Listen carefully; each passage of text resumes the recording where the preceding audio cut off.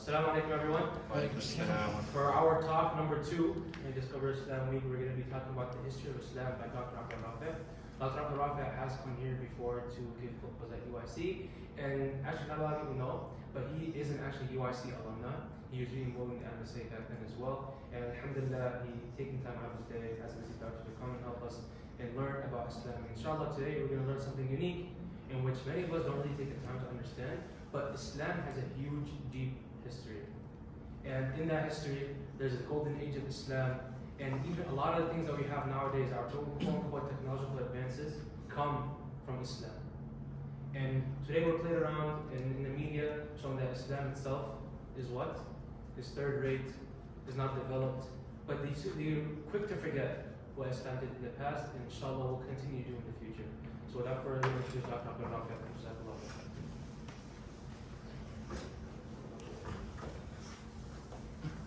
أعوذ بالله من الشيطان الرجيم بسم الله الرحمن الرحيم الصلاة والسلام على الإمام الهدى والمتقين سيدنا محمد وعلى آله وصحبه أجمعين السلام عليكم ورحمة الله وبركاته. وعليكم السلام ورحمة الله وبركاته. Sorry for being late. The last time I was here, I was late as well. I guess I didn't learn from my past historical mistakes. Right? So, which brings me into a good segue into the history of Islam. And I was thinking about this, is that how do you want to address this history of Islam? And why do we need to look at history in itself?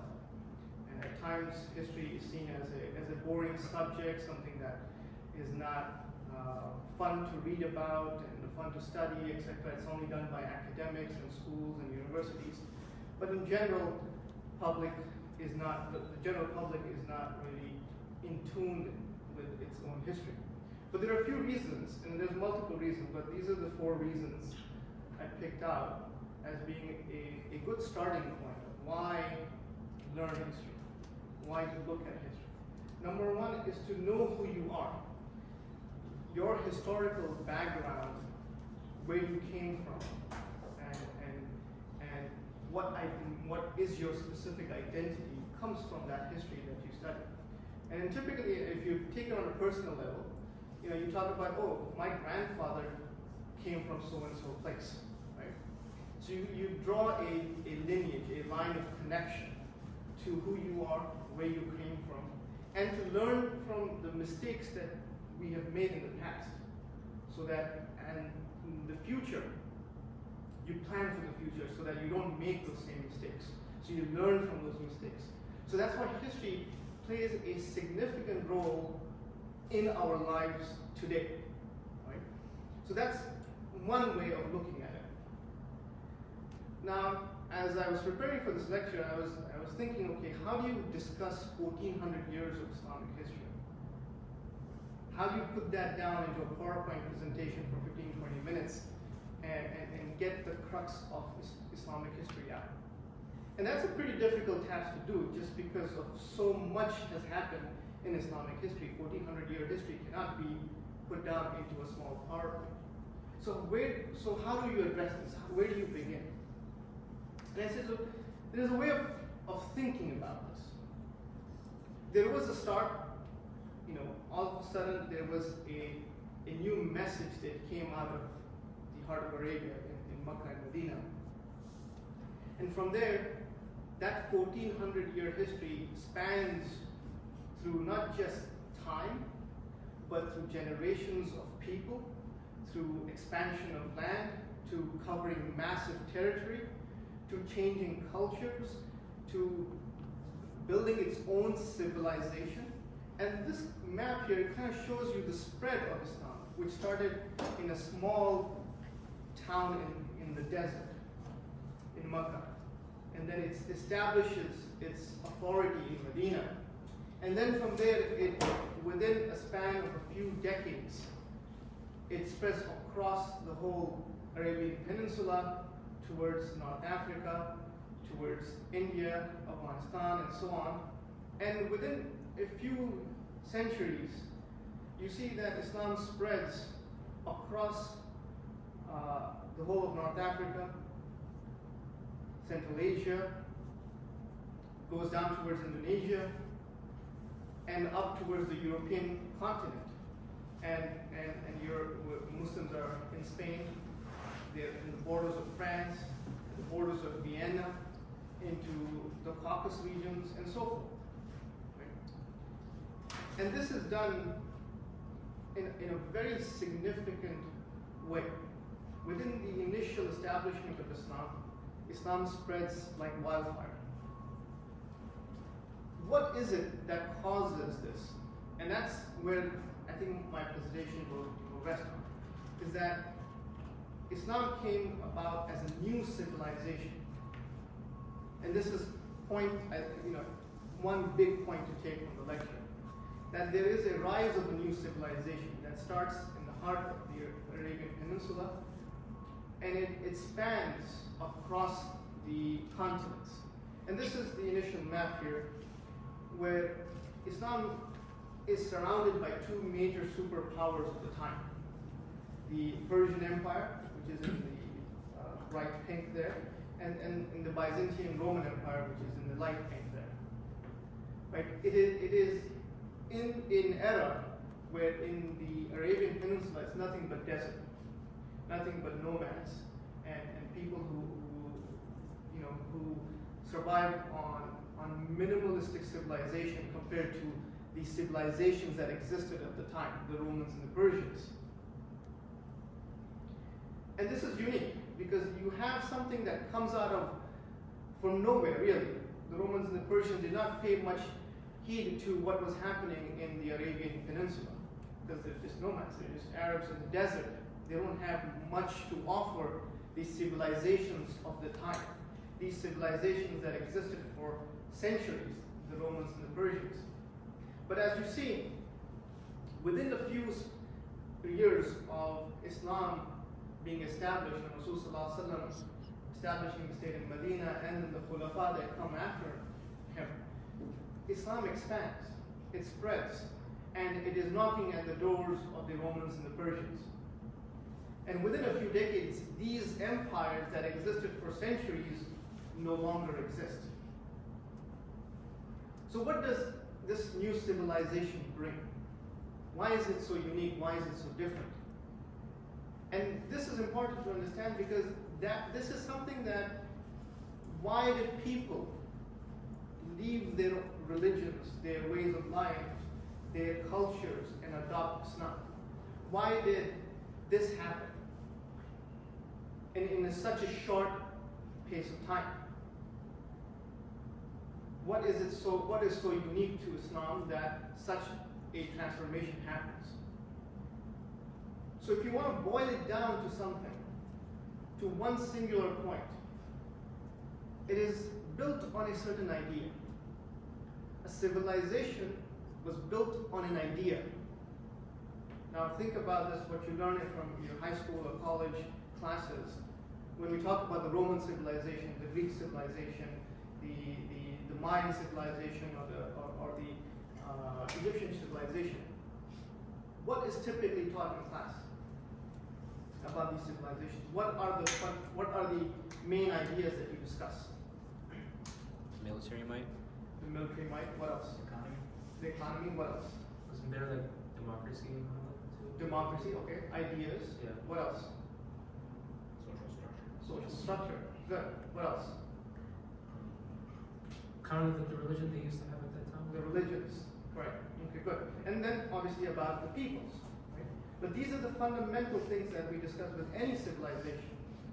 Right. When we discuss in history, we're not talking about if you go into details and so forth, when you're an academic, you're studying, then you talk about, okay, the minutiae of details. Okay, this battle happened here, this battle happened there, right? And then so on and so forth, right? This was the lives of the people and so forth. But what you guys suggested are the main broad themes of any civilization. What are its fundamental ideas? What was its economy like? What was its social structures like, right? How did it rule? Correct? How did it look after its people? Now, if you look at that and you compare that to what we discuss in Islam, Islam gave a fundamental idea. It was built on this idea of La ilaha illallah, Muhammadur Rasulullah. That was it, that one idea that it took and it spread across different continents. That it preached to people. That you come to this idea and we will build a civilization. Right? And we'll go through details of what Islam offers. So it's built on a specific creed, on an aqidah. It was calling people to believe in this creed, to believe in this idea. The idea that Allah exists, the idea that the Quran is the word of Allah, it is a divine message. That there is a messenger who brought this divine message.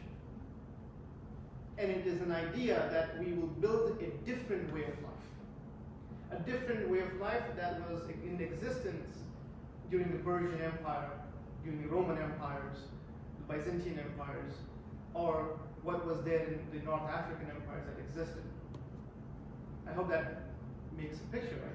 So you're coming up with a different type of civilization, a new way of life, a unique form of governance, a unique form of living your life, a unique form of how your social system is organized, how your economy is organized. And with that, the questions then come, how did it spread? Somebody said military might, right? Because that's what we talk about when we talk about empires of the past. How did they spread? How did they conquer lands? How did they bring people to its borders? When we talk about the Roman Empire, it's very common, right? We talk about Roman wars and how it expanded as a civilization. Or Alexander the Great is given as an example of how he conquered multiple lands and spread across the European continent, Asia, and so forth. When Islam is spoken about, what is it typically said? Islam spread by the sword is an allegation that is quite commonly made. Right? Spread by the sword. It's violent. So now, how do you address that? If it's such a civilization that's spread by the sword, by force, how is it that it is able to do this? How is it that within about less than 100 years, it's in Spain, there's in towards 732 CE, right? About 100 years after Rasulullah has established the state of Medina, we're fighting, or Islam has reached the doors of France. Islam has expanded into Spain. On the other hand, it is in China, in Talis, in 751. It's up by the Central Asian countries, by the Aral Sea, by the Caucasus region, and the Caspian Sea. You have Cyprus that comes under the rule of Islam in 649, I believe. Yeah, 649. Right? Goes all the way across the North African continent. And it incorporates peoples of different colors, nationalities, languages, races, and so on. And all these people who were not actual Arabs, the actual Arabs were in the Arabian Peninsula. The red line that you see are the borders of the Byzantine Empire. The blue line that you see is the borders of the Persian Empire. Right? And typically, when you look at this map, most commonly say, okay, this is the Middle East. Right? But majority of the population at the time is not Arab. The Arabs were only in the Arabian Peninsula. These were Byzantine descents. These were of Persian descent. These were Berbers of North Africa, or the Africans, or black colored people in Africa, right? Or Central Asian people. They're much different. All of these people adopted the rule of Islam, adopted the religion of Islam, became Muslim, and never went back to their old history, to their old civilization, to their own old ways of life. You cannot force people to do this by the sword. And this idea that Islam spread by the sword is actually an idea that was propagated by the Orientalists, by the Europeans, as a mark against the Muslims. It was all false. Any civilization seeks to expand itself. It seeks to preach its way of life. It seeks to propagate its way of life. It seeks to propagate its own system. That's the nature of any civilization. Islam is no different. Islam seeks to expand and bring people under its rule.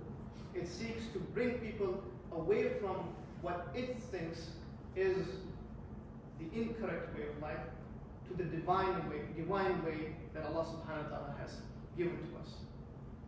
There is haqq and batil, there is truth and falsehood. Right? That's basic part of our aqidah. So you cannot do this if it was forced. I hope that makes clear, right? Secondly,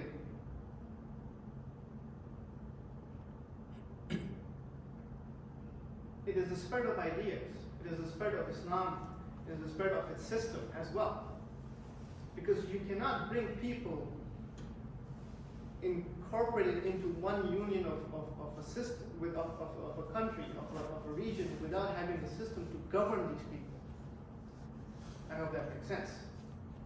Right? So Islam is not isolated just as a religion. You have to look at Islam as a civilizational issue. It offers a way of life, it offers an aqidah, but it also offers a system on how to govern people, how to build an economic system, how to take care of your populace, right? How to trade, how not to colonize, and I'll go through that in the next few slides. And by the Ottoman era, now this here is the spread of Islam from the initial Rasul Sallallahu Alaihi Wasallam, the Khulafa Rashidin, then into the Umayyad dynasty, and into the Abbasi dynasty of this map. And this map right here is the spread of Islam during the Ottoman era, the Uthmani Khilafah. And this is, as you can see on this, I don't know if it is clear on the projection there, but this is in the furthest region of how Islam spreads is within the heart of Europe. Even the Europeans consider the Ottoman Khilafah as a European nation and as a European empire. Empire, of course, has negative connotations, I understand that, but let's just use that term for now. But the Ottoman Caliphate, the Ottoman state, the expansion of Islam into the heart of Europe happens especially during the era of Suleiman the Magnificent, and into the heart, on the doors of Vienna. Vienna is in Austria. There were two campaigns launched into conquering Vienna. And here, Greece was also under the Ottoman rule. Many Muslims don't know that Greece was under Muslim control. Greece, Cyprus, Crete, the whole Mediterranean Sea was under Muslim control. Same thing with Malta, is an island in there. It is just the south of Sicily. Even certain parts of Sicily was actually conquered by the Muslims, and so forth. And you can see that Ukraine also up there. If you guys can see on the light green part right underneath Russia there, Crimea, the current war that's happening in Ukraine. Crimea, the southern part of Ukraine, was part of Islam. It was part of the Ottoman Caliphate, and Muslims continue to still live there. And the Caucasus regions of Bosnia and Kosovo and all these other areas that are still Muslim, a lot of the interaction that has happened between the Christians and the Muslims happens in these regions, and unfortunately nationalist movements start, and all of this actually starts to recede out of Muslim control. But that's an example of how Islam is able to spread that far. And it is done by taking care of the people, by spreading its ideas, by establishing its own system, right? It is not just quote unquote preaching, right? I hope that makes sense. Secondly, according to this, within this understanding of Islam as a civilizational alternative, you have to consider trade. How is it that Islam spreads and takes care of its people, applies a system, and its trade happens? That trade between North Africa and the Middle East or the Arabian Peninsula and India and Central Asia and all these other areas. The Silk Route is also discussed, right? It's all going through Muslim-controlled regions. And the example of Africa, I give this because Africa was considered as nothing but, by that time, nothing but just nomads and people who don't have any sort of civilization, nothing of that sort. Like up until then, the Europeans had no clue about the resources in Africa, the civilization that existed. It was all considered backward. But Muslim rule existed there for centuries. Right? A lot of the slave trade that happened was from Muslim regions, from Ghana, from Burkina Faso, and all of the North African areas. Right? The slave trade came, and many of the African Americans that came to the shores here were actually of Muslim descent. Islam has been in Africa for centuries. Right? There were merchants that went across the Saharan desert. Merchants that traveled on the shores of North Africa or western part of Africa and traded up into the European continents. Same thing with the East African regions. Even now, you go back and if you see the history there is a significant history of how Islam was there from centuries and how trade used to happen across the Somali coastline. So how do you build a civilization? How do you bring all these people together of different nations and ethnicities and so forth, Arabs, Persians, Berbers, Turks, etc. Right? This is where, when we talk about history, what has the Islamic civilization given? This is my second point right here. What has it given as a civilization? What has it achieved as a civilization? And this is something that no other civilization can actually comfortably say. That it was able to take people of different tribes and nations and bring them as one, mold them as one ummah. The concept of an ummah is something that is so unique to our civilization that you don't see that in any other civilization. The concept of the ummah that we feel today, the Turkey and Syria earthquake has happened, right? You cry for that situation. You're connected to it, even though you're not from that ethnicity, background, nationality. Right? That connection that the idea of Islam, the aqidah of Islam gives, is something that no other civilization is able to produce. Right? Its history of molding people as one nation is unparalleled, whether it was in the past or even currently. Even now, if you look at the Western civilization, they're unable to quell the issues of racism. They're unable to bring people as one people.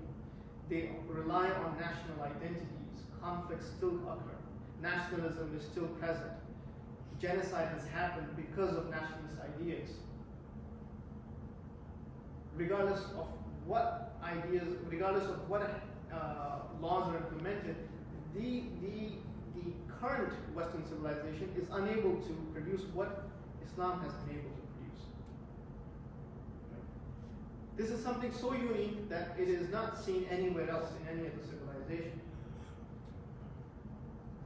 You see that non-Muslim citizens that lived under Islam were treated properly. They were not persecuted. They were not third-class citizens. They were not put in concentration camps. And unfortunately, you see this today. You see what China does to Muslim populations in its western regions, in Xinjiang province, right? You see what Bosnia and Herzegovina, what happened there, of how Muslims were killed, and there was a genocide done by the Serbians. You see what India is currently doing in the Indian subcontinent against the Muslims. Right? This is something we don't see. For centuries, people of different religions lived in Muslim lands without being systematically harmed. Examples of Coptic Christians in Egypt. Now I'll go through this. You see a civilization that built free healthcare system. We don't see that even today. And I put this because this is dear to me. In my opinion, you don't see this. Even today, this is not there in the most powerful country in the world. But you had hospitals. You had hospitals not just for human beings, but for animals that took care of the affairs of people and of animals. Free healthcare. You see state-of-the-art universities and the sciences were done under Muslim civilization. The ideas of physics, mathematics, algebra, geometry, much of what we have today is because of the result of the Islamic civilization. Right? We were doing cataract surgery while the Europeans at the time were living in the Dark Ages, did not know how to wash themselves properly. This is a fact. I'm not making this up. Okay? This was the advancement of the Islamic civilization, what it was able to produce. Right? And then the issue of economic prosperity is there as well. Right? And I'll give you examples of Mansa Musa, for example. So, you see that during this time, Spain is carrying out an inquisition.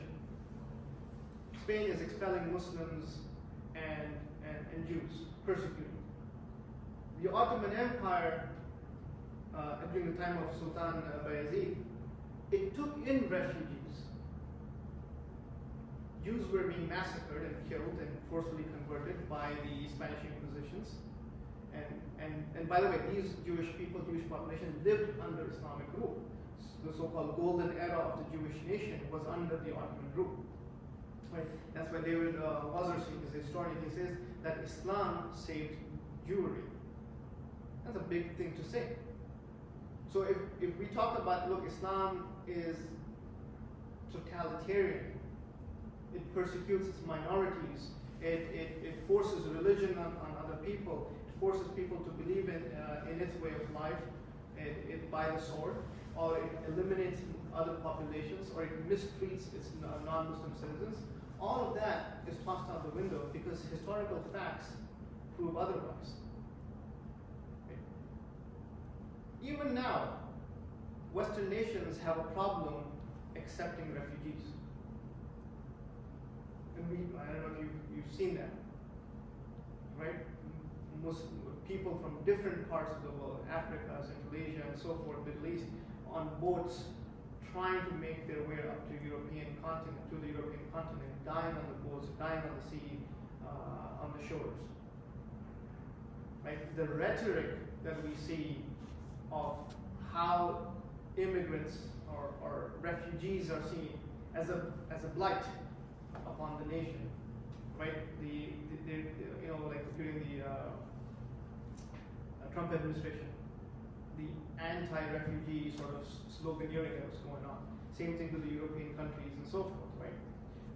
By the way, it hasn't much of the laws that were implemented haven't changed even during Biden's era currently, right? But we did not do that. So that's the statement from Sultan Bayezid, the idea that he who has impoverished his own country has enriched mine. We were accepting of refugees. Right? I'll end with this part. Thomas Arnold is a very famous historian who's written a book called The Preaching of Islam. And he says that, look, any organized attempt to force the acceptance of Islam on the non-Muslim population or any systemic persecution intended to stamp out Christian religion, we hear of nothing. There's nothing of the sort. In a 1400-year history, to say that there's nothing of persecution of people of other religions, of forceful extermination, that's a pretty impressive history. And that's not because we're just nice people. No, it's because Islam instilled these values. The Islamic civilization was built to take care of human beings. The laws are divine from Allah subhanahu wa ta'ala, so they're not biased to one race or one people. You can read the other parts of the whole quotation there. Similarly, as we talk about the advances in the sciences. This is an example of a diagram of an eye. The sciences that was produced during the Islamic civilization was beyond its time. And this is not just the Muslims were producing this.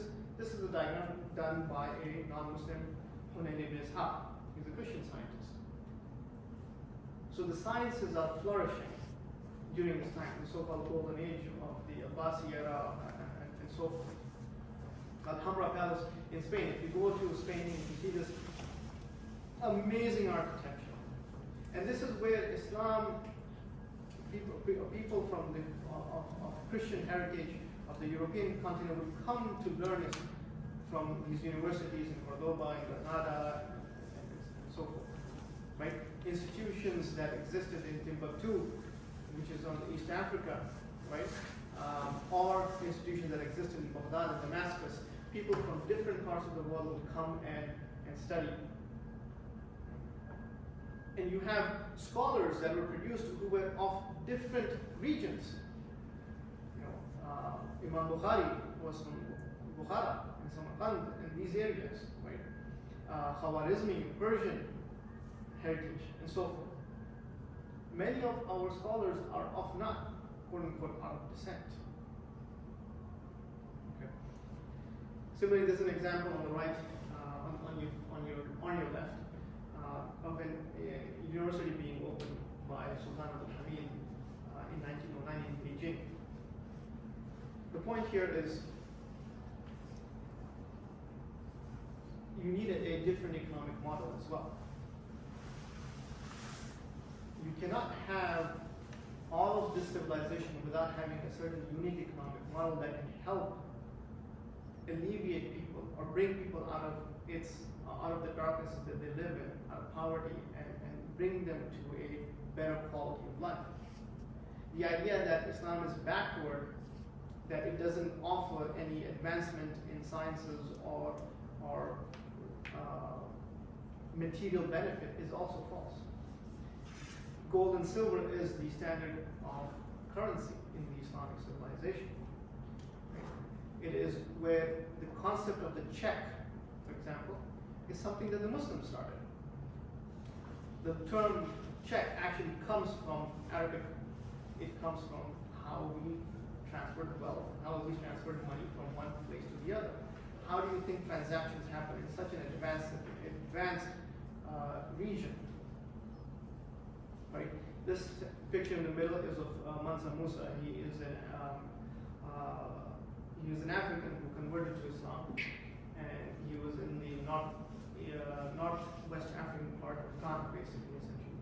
Ghana was considered the land of gold, and he was a merchant, and he was a tradesman. He was considered to be a ruler in that region, and he became Muslim. He goes on a trip to go to Hajj after he becomes a Muslim. And on his way, he carries almost all of his wealth, all the gold that he has. And the story goes is that he stopped in Cairo, in Qahira, in Egypt, during that trip. And because of the amount of gold that he brought and the amount of trade that he did just in that city, it caused the value of gold to drop for almost 12 years. Because there's so much wealth that he brought. And there is some consideration that he was probably the richest man alive ever, at least in our current times. So you had institutions that were built like this, that currently still exist. This is the Blue Mosque, the outside and inside picture of the Blue Mosque. Right? If you go to Istanbul, you can see these things. If you go to India, you can also see the institutions and the buildings and the architecture that exist even today. What Muslim civilization has brought, right? Same thing go to Egypt and so on and so forth. So you need an economic system that is quite unique to this, unique that it allows people to have the ability to uplift themselves, right? It implements a just economic order, and we don't see that even now. Now this is Adam Smith, the father of capitalism, we might say. This is the guy who wrote the book, the Manual of Capitalism, right? The idea of the hidden hand is Adam Smith's idea. Anybody who's taken Econ 101 will know this. Look what he says. The empire of the Caliph seems to have been the first state under which the world enjoyed the degree of tranquility which the cultivation of the sciences requires. It was under the protection of these generous and magnificent caliphs that the ancient philosophy and astronomy of the Greeks was restored and established in the East. That tranquility, with a mild, just, and religious government, diffused over the vast empire, revived the curiosity of mankind to inquire into the connected principles of nature. This idea, what he suggests is the peace of mind, a civilization that is able to bring tranquility. How many of us can say we live in a tranquil state of mind? How many of the non-Muslims, whether they're rich, powerful, millionaires, billionaires, that live in Western civilizations, have a peace of mind, have tranquility in their lives? I think I said this before too, but about 90% of the people that I see in my office are on antidepressants. Think about that. You have a civilization that took people of different eras, different nature, different people, different ethnicities, colors, etc. Gave an idea that was so unique, that built a huge civilization, that gave them economic prosperity, that gave them material prosperity, that took them to a different tranquil state of life. And not just that in this dunya, but gave them a different worldview, that there is an akhirah, there is a reality after this. Right? Even Adam Smith is not able to produce that in his theories of capitalism. All right. How much time do we have? Like 2 minutes? Okay. Sorry. All right. But then we have issues. Right? There's a clash of civilizations that happen. European history, is unique to this. Crusades happen. The attack against Islam happens. There's a hatred that is inbuilt, ingrained in the hearts of the Europeans. And the concept of the Holy War is actually started by the Europeans, by these sort of crusades. These are the Crusader empires that conquered Jerusalem and this region, and the history is brutal, significantly brutal, where blood flowed through the streets. A brutal history of how the crusades happened. And this is not the case when we as Muslim civilization, as Muslims living under a caliphate, expanded into different regions. We didn't do this. But the history of the crusades is brutal. Same thing, the history of how the Reconquista happened in Spain. The Muslims lived in Spain for about 800 years or so, but there was always a struggle. There was a push from the Europeans to reconquer Spain. Eventually it is done by the fall of Granada that happened in 1492. And this is where the Spanish Inquisition happens, where people who believed in Islam or they were Jewish people, they were either forced to convert or essentially die. You were killed off. Right? Mass expulsion happens. But the example, just to contrast this, so this happens in 1492, but in 1463 Islam expands into the Bosnian region. This is a treaty that's signed by Sultan Muhammad Fatih. Sultan Muhammad Fatih is the one who conquered Constantinople, who built the Fatih mosque and established Hagia Sophia as a masjid and so forth. See what he says here, that the Christians are protected in Bosnia. Right? The churches are protected. They will not be harmed. This is an active treaty. Right? If something happens, there will be repercussions for anybody who harms the native population. So Islam gives you this. The top picture on the right left is a masjid in Xi'an in China that was built in 1742 CE. That person is a person that lives there now. Chinese people, a Chinese Muslim. Right? Islam never leaves where it went. People stay. they continue to be Muslim, they continue to be practicing Muslims, right? They might have to hide their religion because communism exists in China, right? Forced conversions to stop believing in any religion, same thing with the Soviet Union and so forth, right? This is a masjid, is one of the older masjids, I think it was 1100 on the top right here, in Ghana. That's a masjid. It still exists. The center picture is the phases of the moon, right? These sciences that we have all forgotten is still there, right? The moon was mapped centuries ago, the phases of the moon. The circumference of the earth was calculated centuries ago, right? This is something that Muslims forget, and the West doesn't acknowledge the Muslim advancements. They think everything was done by Leonardo da Vinci and so forth. This is the world map drawn out by the Ottomans. But in contrast to this, what is the other civilization giving us? Many of us are from the Indian subcontinent here, 200 years of colonial rule in British India, right? You know, it seems that 40 to 45 trillion dollars worth of money was stolen from the Indian subcontinent. The Queen still wears the Queen diamond on her crown, which was stolen. The British Museum is full of stolen items, right? Literally stolen items, right? So that's what happens here, is that the interaction of the Europeans with the Muslims, because of the Crusades, because of the Spanish Inquisitions, because of our spread into the heart of Europe, in Vienna and so forth, in Bosnia, the European nations now start to rise, and they adopt colonialism as their way of spreading their way of life. That's a huge contrast between what Islam gave history and what Western civilization has given history. The colonial era, one of the brutal eras of human history, World War I, World War II, just the past 100 years were the most bloodiest in human history. This past 100 years. We lived in these past 100 years. I guess at least I was born in those past 100 years.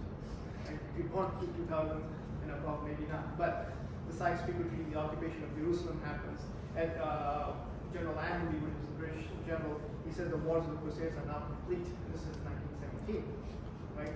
And then you have, apart from these colonial empires, the old colonial empires, the Spanish, the Portuguese, the British, the French, we have the rise of the new colonial empire, which is the United States. Okay? It is a colonial empire, whether you like it or not. These are the facts. Right? You have 800. America has 800 bases across the world. It continues to occupy certain regions. Continues to have bases in Japan. 50,000 troops are there. 50,000 troops in Germany, also. You go to history of coups and anti-coups and counter-coups and all that stuff. Toppling governments, military occupations that it continues to do. It is the new colonial empire. That's the legacy of Western civilization. Our legacy is quite different. And then eventually that civilization comes to an end in 1924 when the Ottoman Caliphate is officially abolished. And it's done by this guy in the top hat, Mustafa Kemal. This is the last caliph. He is basically being taken out of office and saying bye-bye. Right? His office, the office of the caliphate, the powers were already stripped away. The official final announcement of Abdur-Rafay being deposed was done March 3rd, 1924. So a civilization, essentially, its structure, its system, is no longer present. However, you and I currently today still believe in this idea of Islam. We never abandoned it. We never gave up on it. Communism, for example, people stopped believing in the idea of communism, and its civilization that lasted for 70 years, the Soviet Union, is no longer present. People abandoned that idea. The system that we have still is there, it's in the books, but it lacks implementation. The caliphate is not there. But what is present is, it's still in our hearts and minds. It's still in the Quran, it's still in the books, but it lacks implementation. So this interaction of Islam in the West, it took you through that sort of civilizational discussion, right? This is what Samuel Huntington, one of the most probably well-known political scientists, he passed away I think early 2000s, I believe. He said the West won the world not by the superiority of its ideas or values or religion, to which few members or other civilizations converted. Think about it. It did not win people over through its superiority of its ideas. We started off with ideas. We started off with our values, with our religion, our aqidah, our creed. That's how I introduced my talk. And we talked about masses of people believing in these ideas, believing in these values, believing in this aqidah of Islam. And look what he says, that only a few members of other civilizations actually accepted Western civilization, converted it. But rather, he says, by its superiority in applying organized violence. Westerners often forget this fact, non-Westerners never do. We don't see that organized violence against people. That is the result of the civilization that we believe in.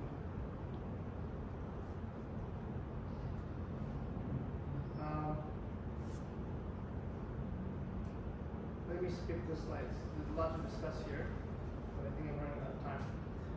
Probably overtime to that, sorry. Give me few more minutes. So now where do we go from here? We went through a brief history, I believe. A brief overview of our civilization. Where do we go from here? Now that's the point of the whole lecture. What are the lessons that we learned, and what do we plan for the future?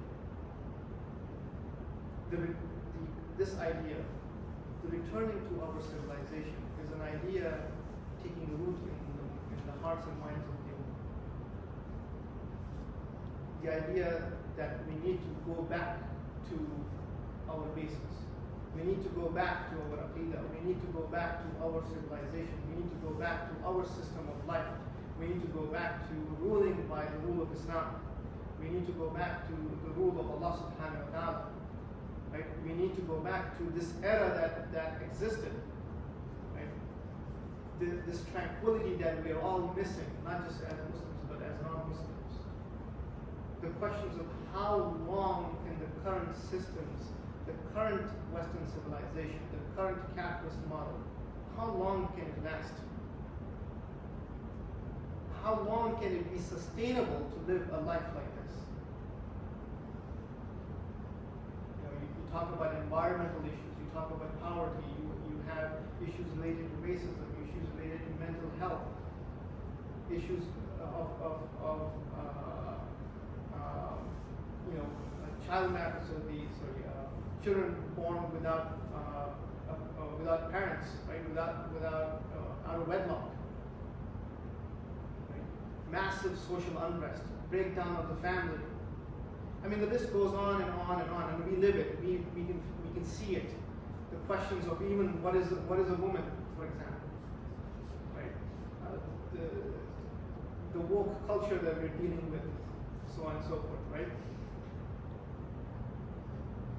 How long can this last? How long can you have people living off of $2 a day, $1 a day? How long can you have children dying out of hunger? I'm not talking about just Muslims, I'm talking about non-Muslim human beings. How long can a civilization that continues to produce such poverty and degradation and such brutality against people, and even animals for that matter? So there has to be a revival. There has to be an alternative. And that alternative is the Islamic civilization. It cannot be anything else. Because it is divine, it is from Allah subhanahu wa ta'ala. It by definition has no flaws. The flaws are our own when we apply it, or we misapply it, or we don't apply it. Right? And it is an idea whose time has come. Victor Hugo said this. I don't know if you guys can remember Victor Hugo from your literature classes. You know, how do you stop an idea whose time has come? And it is an idea that is taking root in the hearts of the Muslim mind, in the Muslim hearts and minds. That civilization has to return. It is the only solution. And it is a divine solution. It is from Allah subhanahu wa ta'ala and nobody else. And that is what is needed in today's time. So our history has to make us reflect on our present, and then inshallah think about a new dawn, a new way of life, a return to Islam, a return to Islamic civilization, a return to ruling by the rule of Allah subhanahu wa ta'ala. Wa akhir da'wana, alhamdulillah.